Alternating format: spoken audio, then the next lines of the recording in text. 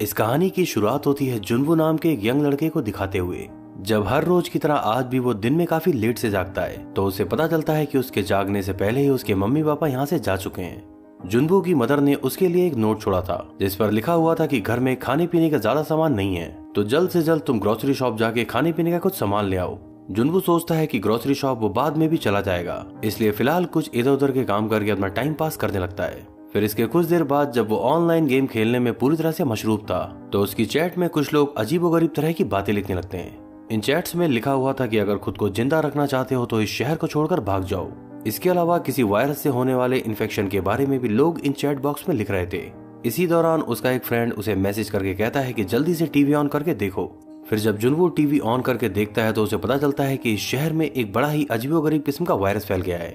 इस वायरस की वजह से लोग जॉम्बी बनते जा रहे हैं और जैसे ही वो जॉम्बी किसी दूसरे इंसान को काटता है तो वो भी जॉम्बी बन जाता है। इसी तरह से इस शहर के लगभग आधे लोग अब तक जॉम्बी बन चुके हैं। जुनवू अभी ये सब देख ही रहा होता है कि तभी अचानक से टीवी के सैटेलाइट सिग्नल गायब हो जाते हैं।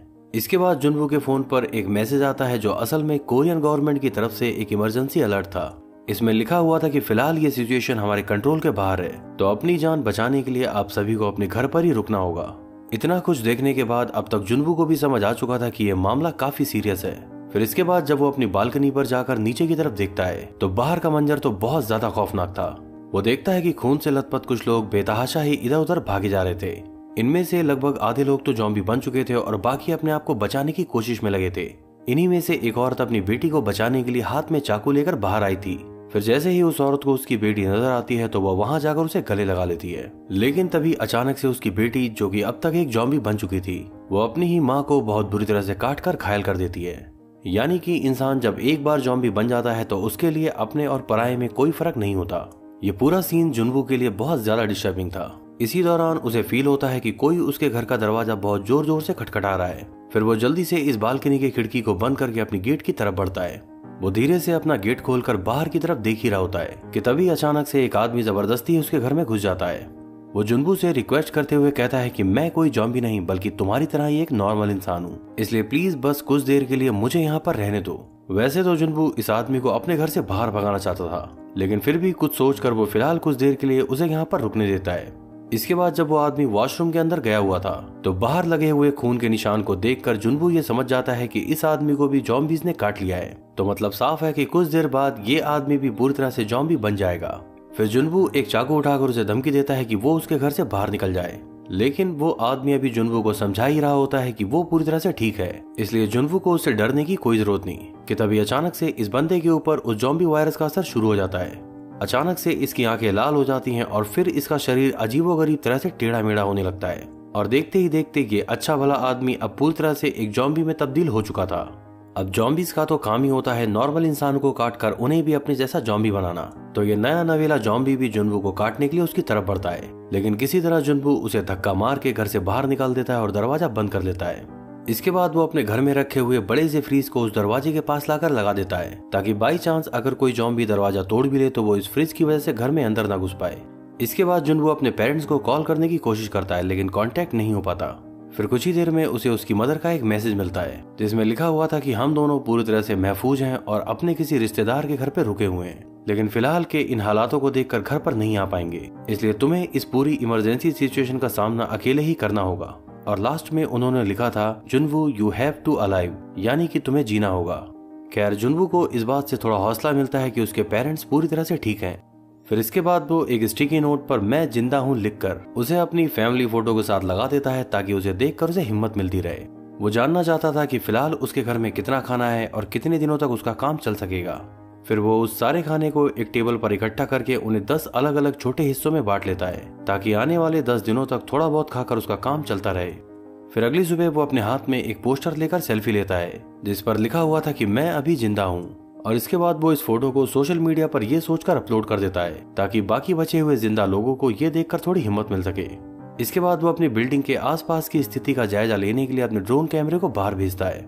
वो देखता है कि यहाँ हर तरफ सिर्फ जॉम्बीज ही नजर आ रहे हैं। फिलहाल उसे अपनी इस बिल्डिंग के आसपास में कोई भी नॉर्मल इंसान नजर नहीं आया और जिधर भी देखो हर तरफ सिर्फ जॉम्बीज ही जॉम्बीज नजर आते हैं। इसके बाद वो अपना टाइम पास करने के लिए एक बार फिर से ऑनलाइन गेम खेलने लगता है, पर तभी अचानक से इंटरनेट कनेक्टिविटी गायब हो जाती है। यानी कि अब आने वाले दिनों में उसे खाने पीने की चीजों के साथ साथ इंटरनेट को लेकर भी काफी स्ट्रगल करना पड़ेगा। फिर शाम के समय जब वो थोड़ी नींद में था तो उसे बाहर से किसी के चिल्लाने की आवाजें सुनाई देने लगती हैं। वो बालकनी पर जाकर देखता है तो बाहर का मंजर डराने वाला था। एक पुलिस वाली अपनी जान बचाने के लिए ज़ॉम्बी से दूर भागी जा रही थी, लेकिन फिर भी जब वो लोग नहीं मानते तो वो उनमें से कई लोगों को गोली भी मार देती है। फिर आखिर में जब उसके पास सिर्फ एक ही गोली बचती है तो वो चाहती थी कि वो खुद को मार के खत्म कर ले ताकि उसे एक ज़ॉम्बी ना बनना पड़े, लेकिन इससे पहले ही वो ज़ॉम्बी उसे पकड़कर काट लेते हैं। और फिर कुछ देर बाद ये बहादुर पुलिस वाली भी एक ज़ॉम्बी बन चुकी थी और इसी दौरान एक नई मुसीबत जुन्नू के घर के बाहर दस्तक दे चुकी थी। वो देखता है कि दरवाजे पर लगाया हुआ उसका फ्रिज जोर जोर से हिल रहा है, क्योंकि बाहर खड़ा कोई ज़ॉम्बी गेट तोड़कर अंदर घुसने की कोशिश कर रहा था। पहले तो जुन्नू वहां खड़े होकर उसे रोकने की कोशिश करता है, लेकिन फिर कुछ ही देर में उसे समझ आता है कि इस ज़ॉम्बी की ताकत के आगे वो ज्यादा देर तक टिक नहीं पाएगा और इसीलिए अब जुन्नू फैसला करता है ताकत के बजाय अपना दिमाग चलाने का। फिर वो जल्दी से बालकनी के पास जाकर खड़ा हो जाता है ताकि वो ज़ॉम्बी घर में घुसने के बाद उस पर हमला करे।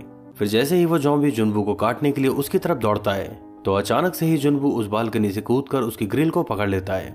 अब ज़ॉम्बीज में तो इतनी अकल नहीं होती कि वो ऐसी सिचुएशन से खुद को बचा पाए, तो इसीलिए वो ज़ॉम्बी इस बिल्डिंग से नीचे गिर के मारा जाता है और इसके बाद जुन्नू थोड़ी ताकत लगाकर अपनी बालकनी में वापस चढ़ जाता है। खैर इस बार वो किसी तरह खुद को बचाने में कामयाब रहा, लेकिन अगर इसी तरह के मौके बार बार आते रहे तो वो ज्यादा देर तक खुद को बचा नहीं पाएगा। फिर यही सब सोचकर वो अपने दरवाजे को बहुत ही अच्छे से लॉक कर देता है ताकि आगे से कोई नया ज़ॉम्बी इसके अंदर प्रवेश ना कर सके। फिर कुछ देर बाद वो अपनी बालकनी पे जाकर उस बहादुर पुलिस वाली को देखता है जो खुद भी अब पूरी तरह से ज़ॉम्बी बन चुकी थी।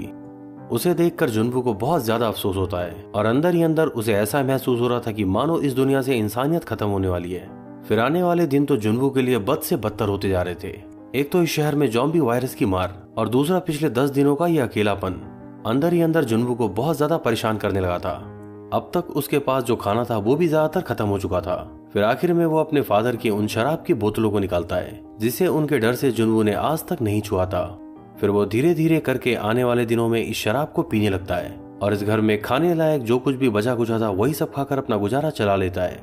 इंटरनेट और फोन नेटवर्क तो पहले ही जा चुके थे और अब भूख और प्यास की इस मार ने उसे और भी ज्यादा तोड़ दिया था। अब धीरे धीरे वो अपने जीने की उम्मीद खोने लगा था, लेकिन फिर अचानक से ही कुछ देर के लिए मोबाइल नेटवर्क आ जाता है। इसी दौरान उसे आज से 3 दिन पुराना उसकी मदर का एक वॉइस मैसेज मिलता है। इसके बाद वो बालकनी पर जाकर कुछ इस तरह से खड़ा होता है ताकि उसे और भी अच्छे नेटवर्क मिल सके। इस खराब नेटवर्क के बावजूद भी वो फोन पर अपने पेरेंट्स की आवाज सुन पा रहा था, लेकिन तभी उधर की आवाजें सुनकर उसे महसूस होता है कि इस कॉल के दौरान अचानक से ही ज़ॉम्बीज ने उसके पेरेंट्स पर हमला कर दिया। अपने पेरेंट्स की ये दर्द भरी चीखें सुनकर वो अपने आंसुओं को रोक नहीं पा रहा था और अब कहीं जाकर जुन्नू का डर गुस्से में बदलने लगा था।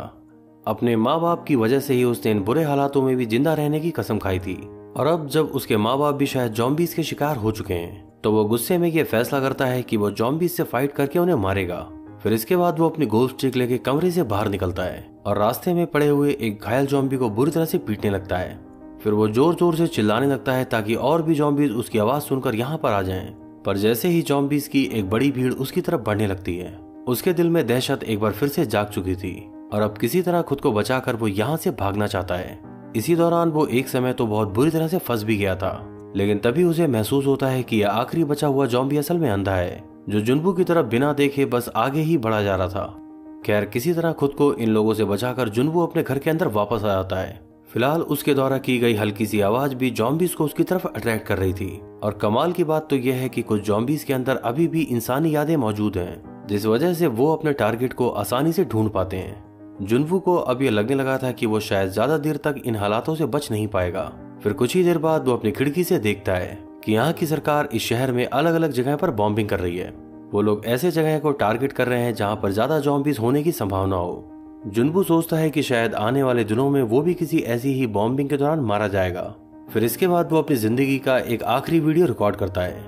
इसके अंदर वो बोलता है कि मैंने इन मुश्किल हालातों में भी जीने की काफी कोशिश की, लेकिन मेरे पेरेंट्स की मौत के बाद अब मेरे लिए ये और भी ज्यादा मुश्किल हो चुका है और यही वजह है कि अब मैं अपनी मर्जी से ही मेरी जिंदगी को खत्म करना चाहता हूँ। फिर इसके बाद वो अपने लिए फांसी का एक फंदा बनाता है और लगभग उस पर झूल भी जाता है।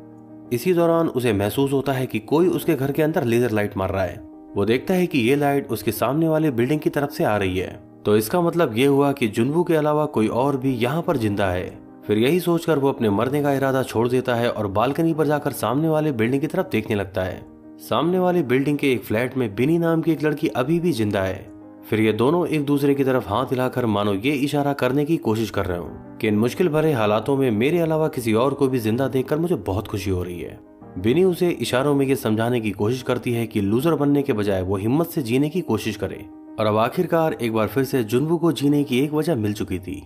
इसके बाद हमें बिनी के घर के अंदर का सीन दिखाया जाता है, जिससे पता चलता है कि ज़ॉम्बीज़ वाले इन हालातों से निपटने की उसने बहुत तगड़ी तैयारी कर रखी है।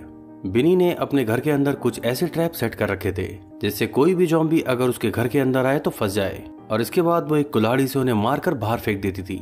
उसने अपने पास बचे हुए खाने और पानी को भी बहुत अच्छे ढंग से मैनेज कर रखा था, यानी कि कुल मिलाकर वो जुनवू से भी ज्यादा स्मार्टली इन हालातों से निपट रही थी। फिर अगली सुबह खिड़की के पास आकर ये दोनों साइन लैंग्वेज में एक दूसरे को अपना नाम बताते हैं। जुनवू की हालत देखकर बिनी ये समझ जाती है कि ये आदमी बहुत ज्यादा भूखा है, तो वो जुनवू की मदद करने के लिए एक बॉल के ऊपर रस्सी बांधकर उसे जुनवू के घर की तरफ कुछ इस तरह से फेंकती है ताकि जुनवू और उसके घर को एक दूसरे के साथ कनेक्ट किया जा सके। लेकिन गलती से वो इस दूरी का अंदाजा सही नहीं लगा पाई, जिस वजह से ये बॉल उसके घर तक ना पहुंचकर नीचे ही कहीं गिर गई। बिनी की इस पूरी ट्रिक को देखकर जुनवू भी समझ चुका था कि वो क्या करना चाह रही है, और फिर इसके बाद वो अपने ड्रोन कैमरा पर एक रस्सी बांधकर उसे उड़ाते हुए बिनी के घर तक पहुंचा देता है, जिस वजह से इन दोनों के घर अब रस्सी के द्वारा एक दूसरे के साथ कनेक्ट हो चुके थे। फिर बिनी उसके लिए पानी और खाने की कुछ चीजें भेजती है, जिसको खाने के बाद जुनवू को बहुत राहत मिलती है और उसकी खोई हुई उम्मीदें वापस आने लगी थी। लेकिन इसी दौरान हमें दिखाया जाता है कि एक ज़ॉम्बी की नजर उस बॉल पर पड़ चुकी है जो अभी कुछ देर पहले ही बिनी ने जुनवू के घर की तरफ फेंकी थी। उस रस्सी को पकड़कर वो ज़ॉम्बी धीरे धीरे बिनी के घर की तरफ बढ़ने लगता है। ये रस्सी असल में एक टेबल के साथ बंधी हुई थी, तो अचानक से ही उसके टकराने की वजह से बिनी बेहोश होकर वहीं पर गिर जाती है। उस रस्सी को पकड़कर तेजी से चढ़ता हुआ ये ज़ॉम्बी बिनी के घर की तरफ बढ़ता ही जा रहा था। ये पूरा वाकया देखकर जुनवू काफी ज्यादा डर जाता है। फिर वो जल्दी से अपने ड्रोन कैमरे को वहां भेजकर उस ज़ॉम्बी को डिस्टर्ब करने की कोशिश करता है। इस टेक्निक से कुछ देर तक तो ज़ॉम्बी को रोका जा सकता था, लेकिन आखिर में वो ज़ॉम्बी उस ड्रोन कैमरे पर हाथ मारकर उसे नीचे गिरा देता है। इसके बाद तो वो चढ़ता हुआ लगभग बिनी के घर तक पहुंच ही चुका था, लेकिन जैसे ही उसने उसकी बालकनी का ग्रिल पकड़ा तभी अचानक से बिनी कुल्हाड़ी का एक वार करके उसके उस हाथ को काट देती है, और इस तरह वो एक बार फिर खुद को ज़ॉम्बी से बचा पाई। फिर अगली रात जुनवू ये तय करता है कि उसे आसपास के फ्लैट में जाकर खाने पीने का सामान लाना चाहिए, और इसके लिए वो कुछ ठीक ठाक तैयारी करके थोड़ी हिम्मत दिखाते हुए अपने फ्लैट से बाहर आता है। बाहर निकलकर उसे एक मरे पड़े हुए ज़ॉम्बी की जेब से सामने वाले फ्लैट की चाबी मिलती है। फिर उस घर के अंदर पहुंचकर वो सबसे पहले फ्रिज खोलता है और खाने पीने का जितना भी सामान है उसे अपने बैग के अंदर डालने लगता है। इसी कमरे के अंदर उसे 2 वॉकी टॉकी के साथ साथ एक वायर वाला हेडफोन भी मिलता है, जो बाद में रेडियो सिग्नल कनेक्ट करने के लिए उसके काम आने वाला है। इन सारे सामानों को उठाकर वो अपने बैग में भर लेता है और चुपचाप यहाँ से निकलने की तैयारी में था, लेकिन तभी अचानक से उसे वहाँ बेड पर पड़ी हुई एक लाश नजर आती है। फिर जिज्ञासावश वो उस चादर को हटाकर उस लाश का चेहरा देखने लगता है कि तभी अचानक से उस औरत का पति, जो कि खुद भी एक ज़ॉम्बी बन चुका था, जुनवू पर हमला करके उसे मारने की कोशिश करता है। लेकिन इस बार भी जुनवू अपनी गोल्फ स्टिक की मदद से उसे पीछे हटाकर यहाँ से भागने में कामयाब होता है। फिर वो तुरंत ही जाकर अपने घर के अंदर वापस छुप जाता है और राहत की सांस लेता है। इसके बाद वो उस हेडफोन के वायर को काटकर उसे एक एंटीना बनाने की कोशिश करता है ताकि रेडियो सिग्नल से जुड़कर इस शहर के बाकी जगह के हालातों को जाना जा सके। लेकिन बहुत ज्यादा लो फ्रिक्वेंसी की वजह से ये रेडियो सिग्नल काम नहीं करता, और इस बार भी जुनवू के हाथ सिर्फ मायूसी ही लगी थी। इसके बाद वो बिनी की मदद करने के लिए खाने पीने की कुछ चीजों के साथ साथ उस बैग के अंदर एक वॉकी टॉकी भी भर के भिजवाता है। बैग के अंदर रखे इन सामानों को देखकर बिनी को काफी खुशी होती है, और अब उस वॉकी टॉकी की मदद से ये दोनों आपस में बातें भी कर सकते थे। आज 23 दिन गुजर जाने के बाद ये दोनों किसी इंसान की आवाज सुन रहे थे, और फिर इसी तरह ये दोनों अपने बारे में एक दूसरे को काफी कुछ बताने लगते हैं। बिनी उसे बताती है कि वो भी पहले सुसाइड करने वाली थी, लेकिन फिर उसने फैसला किया कि वो हिम्मत से इन ज़ॉम्बीज़ का सामना करेगी। फिर अगले दिन यहाँ पर हल्की फुल्की बारिश होने लगती है, तो ये दोनों लोग अपनी बालकनी पर कुछ कंटेनर रखकर थोड़ा बहुत पानी इकट्ठा करने की कोशिश करते हैं। फिर 2 दिन बीत जाने के बाद एक दिन अचानक से ही बहुत तेज आवाज आने लगती हैं। शुरू में तो इन दोनों को ऐसा लगता है कि शायद बारिश हो रही है, लेकिन फिर इनको पता चलता है कि असल में वो सारे ज़ॉम्बीज़ इकट्ठा करके इन दोनों की बिल्डिंगों में घुसे चले जा रहे हैं। जुनवू तो इस पूरी सिचुएशन के दौरान बिल्कुल शांत रहता है, लेकिन इस हड़बड़ी के दौरान बिनी के हाथ से कुछ सामान गिर गया था। इन दोनों को ऐसा महसूस होता है कि शायद ये बिनी का आज आखिरी दिन हो, लेकिन इस बार उसकी किस्मत उसका पूरा साथ देती है, और वो ज़ॉम्बीज़ बिना उसके घर की तरफ ध्यान दिए चुपचाप वहां से निकल जाते हैं। इन दोनों को ही ये समझ आ चुका था कि ज़ॉम्बीज़ को इन दोनों के घरों के बारे में अब हल्का फुल्का आइडिया लग चुका है, इसलिए जल्द से जल्द इन दोनों को अपने अपने घरों को छोड़ना होगा। बिनी उसे बताती है कि जुनवू की बिल्डिंग में 8वें नंबर वाला फ्लोर बिल्कुल खाली पड़ा है, और साथ ही उसने अपनी दूरबीन से वहां पर एक ऐसा अपार्टमेंट देखा है जिसके अंदर अभी तक कोई भी ज़ॉम्बी घुस नहीं पाया है। फिर ये दोनों फैसला करते हैं कि अपने अपने घरों से निकलकर ये दोनों उस 8वें नंबर वाले फ्लोर तक पहुंचेंगे। इसके बाद ये दोनों अपने अपने घरों को छोड़ने की पूरी तैयारी में लग जाते हैं। जुनवू अभी ये सोच ही रहा था कि बिनी को उसकी बिल्डिंग से कैसे निकाला जाए कि तभी अचानक से वो देखता है कि बिनी एक रस्सी की मदद से अपनी बिल्डिंग से छलांग लगाकर नीचे की तरफ कूद गई है। फिर काफी सारे ज़ॉम्बीज उसकी तरफ बढ़ने लगते हैं जिन्हें मारते हुए वो आगे बढ़ रही थी। थोड़े बहुत ज़ॉम्बीज से निपटने के बाद एक बार तो उन लोगों ने बिनी को पकड़ ही लिया था, लेकिन तभी अचानक से जुनवू भी उसकी मदद के लिए वहां पहुंच चुका था। वो बिनी को उन ज़ॉम्बीज से बचाकर उसे अपने साथ बिल्डिंग के अंदर ले आता है। ये लोग जल्दी से शीशे के उस गेट को बंद कर देते हैं और फिर लिफ्ट पकड़कर पहुंच जाते हैं सीधा उस 8th फ्लोर पे। ये देखते हैं कि ये फ्लोर लगभग पूरा खाली ही पड़ा है। इसके बाद ये लोग वहां के एक एक फ्लैट के अंदर झांक कर देखने लगते हैं और साथ ही ये कोशिश भी करते हैं कि इनमें से किसी का दरवाजा खुल सके। तभी अचानक से वहां जोरदार शोर सुनाई देता है और ये दोनों देखते हैं कि ढेर सारे ज़ॉम्बीज अब इस फ्लोर पर भी पहुंच चुके हैं। फिर बिनी जल्दी से आगे भागकर उन फ्लैट्स के दरवाजों को खोलने की कोशिश करती है और जुनवू वहीं रास्ते में लोहे का एक गेट गिराकर उन ज़ॉम्बीज को रोकने की कोशिश करता है। इसी दौरान उन फ्लैट्स में से एक गेट खुलता है और कोई अनजान शख्स अचानक से बिनी को अपने घर के अंदर घुसा लेता है। इसके बाद वो रहस्यमयी आदमी बाहर निकलकर जुनवू की भी मदद करता है और उन ज़ॉम्बीज से बचाकर उसे भी अपने घर के अंदर ले आता है। तो अब कहीं जाकर इन दोनों को पता चलता है कि इन दोनों के अलावा एक और शख्स भी है जो यहाँ पर जिंदा मौजूद है। बातचीत के दौरान इन्हें पता चलता है कि यह आदमी काफी ज्यादा फ्रेंडली है और वो अपनी तरफ से इन दोनों की हर मदद करने की कोशिश करता है। शुरू में तो बिनी को इस आदमी के ऊपर थोड़ा डाउट था क्योंकि उसने अपनी दूरबीन से कई बार इस 8th फ्लोर को देखा था, लेकिन आज तक उसे कभी भी कोई जिंदा इंसान यहाँ नजर नहीं आया। इसके बाद वो इन दोनों को पानी देने के साथ साथ खाने के लिए भी कुछ चीजें देता है और साथ ही वो रहस्यमय आदमी इन दोनों को बताता है कि रेडियो ब्रॉडकास्टिंग पर उसे पता चला है कि बहुत जल्द कुछ रेस्क्यू टीम यहाँ पर आने वाली है। रेस्क्यू टीम के बारे में सुनते ही इन दोनों को बहुत ज्यादा राहत मिलती है। ये दोनों ही इस बात से काफी खुश थे कि शायद अब ये लोग जिंदा बच जाएं, लेकिन इन दोनों की ये खुशी ज्यादा देर तक टिक नहीं पाती और फिर कुछ ही देर के अंदर जुनवू बेहोश होकर वहीं पर गिर जाता है। असल में इस रहस्यमय आदमी ने पानी के अंदर कुछ ऐसा मिला रखा था जिसे पीकर ये दोनों बेहोश हो जाएं। जुनवू ने ये पानी ज्यादा पिया था इसलिए वो तुरंत ही बेहोश हो जाता है, लेकिन बिनी ने इस पानी का सिर्फ एक ही घूंट पिया था इसलिए वो पूरी तरह से बेहोश नहीं हो पाई। पर बहुत ज्यादा सरदर्द और चक्कर आने की वजह से वो कुछ करने की हालत में नहीं थी। इसके बाद ये रहस्यमय आदमी बिनी के हाथ बांधकर उसे एक कमरे के अंदर ले जाता है। बिनी देखती है कि इस कमरे के अंदर पहले से ही एक लेडी ज़ॉम्बी मौजूद है। असल में ये औरत उस आदमी की वाइफ है जिसे ज़ॉम्बी बनने के बाद भी उसने इसे इस घर के अंदर कैद कर रखा है। अगर इस लेडी ज़ॉम्बी को इंसानों का खून नहीं मिला तो जाहिर है कि वो ज्यादा दिनों तक जिंदा नहीं रह पाएगी और भले ही इस आदमी की वाइफ अब ज़ॉम्बी बन चुकी हो, लेकिन फिर भी ये उसके प्यार में उसे ज्यादा दिनों तक जिंदा रखना चाहता है। और यही वजह है कि उस रहस्यमय आदमी ने जुनवू और बिनी को अपने जाल में फंसाया है ताकि वो इन दोनों को अपनी वाइफ को सौंपकर उसे और ज्यादा दिनों तक जिंदा रख सके। उस ज़ॉम्बी से खुद को बचाने के लिए बिनी काफी ज्यादा संघर्ष करती है। वो आदमी उस गेट के बाहर खड़ा होकर अंदर की आवाजें सुन रहा था, लेकिन इसी दौरान जुनवू को भी होश आ जाता है और फिर वो उस आदमी की ही गन उसके ऊपर पॉइंट करके उससे कहता है कि वो गेट खोलकर बिनी को बाहर आने दे। तभी अचानक से उस कमरे के अंदर से चीखने चिल्लाने की आवाजें आती हैं। फिर वो आदमी जब उस गेट को खोलकर देखता है तो उसे पता चलता है कि बिनी ने ही उल्टा उस ज़ॉम्बी को मार मार के घायल कर दिया है। अपनी ज़ॉम्बी वाइफ की इतनी बुरी हालत देखकर इस आदमी का दिल पसीज जाता है और फिर ये खुद ही उससे लिपट कर उसे अपना खून ऑफर करता है। बिनी सोचती है कि ये आदमी भी अभी कुछ देर के अंदर ही ज़ॉम्बी बन जाएगा, इसलिए वो जुनवू से वो गन लेकर इन दोनों को शूट कर देती है। फिर बिनी जुनवू से कहती है कि इस आदमी के साथ साथ इसकी बातें भी झूठी थी, यानी कि हम लोगों को बचाने के लिए कोई भी रेस्क्यू टीम यहाँ नहीं आने वाली। फिर वो जुनवू से कहती है कि मैं एक ज़ॉम्बी बन के नहीं मरना चाहती और इसीलिए वो जुनवू को वो गन पकड़ाते हुए कहती है कि तुम मुझे गोली मार कर खत्म कर दो ताकि मुझे कल को ज़ॉम्बी ना बनना पड़े। जुनवू ये बात समझ चुका है कि बिनी भी अब पूरी तरह से हिम्मत हार चुकी है और इसीलिए एक बार को उसके मन में आता है कि बिनी को मारने के बाद वो खुद भी अपने आप को खत्म कर लेगा। इसके बाद वो बिनी को शूट करने के लिए गन उसकी तरफ पॉइंट करता है, लेकिन काफी कोशिश के बाद भी वो ट्रिगर नहीं दबा पा रहा था। गोलियों की आवाज सुनकर आसपास के काफी सारे ज़ॉम्बीज इस बिल्डिंग के अंदर पहुंच चुके थे और इसी दौरान इन दोनों को हेलीकॉप्टर की आवाज सुनाई देती है, यानी कि इन लोगों को बचाने के लिए रेस्क्यू टीम यहाँ पर पहुंच चुकी थी। फिर ये दोनों लोग जल्दी से इस बिल्डिंग की छत की तरफ भागने लगते हैं, लेकिन वहाँ रास्ते पर काफी सारे ज़ॉम्बीज इन दोनों का रास्ता रोके खड़े थे।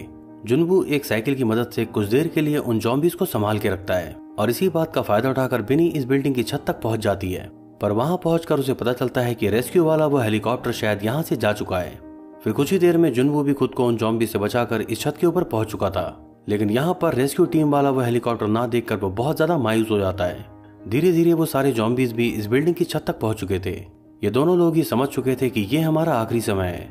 और फिर आता है वो आखिरी पल जब वो जॉम्बीज इन दोनों पर हमला करने ही वाले थे कि तभी अचानक से नीचे की तरफ से उड़ता हुआ वो रेस्क्यू वाला हेलीकॉप्टर यहाँ पर पहुंच जाता है।